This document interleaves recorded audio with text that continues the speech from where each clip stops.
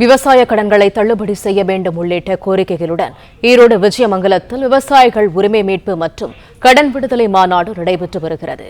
கூடுதல் தகவல்களை தருகிறார் எமது செய்தியாளர் பாபு. முழு விவரங்கள் என்ன?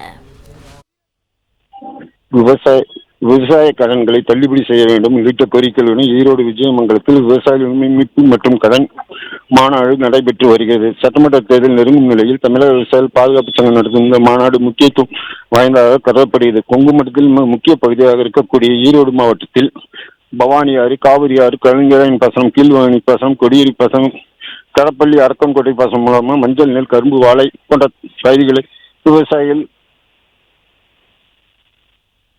பொருட்களுக்கு உரிய விலை கிடைக்காமல் கூட்டுறவு சங்கங்களில் விவசாயிகள் பெறப்பட்ட கடன்களை செலுத்த முடியாமல் விவசாயிகள் அவதிப்பட்டு வருகின்றனர். விவசாயிகளுக்கு ஏற்படும் நஷ்டத்தை ஈடுகட்ட ஒவ்வொரு முறையும் அரசில் கூட்டுறவு கடன் தள்ளுபடி செய்ய வேண்டும் என கோரிக்கை வைத்து வாடிக்கையாக இருந்து வருகிறது.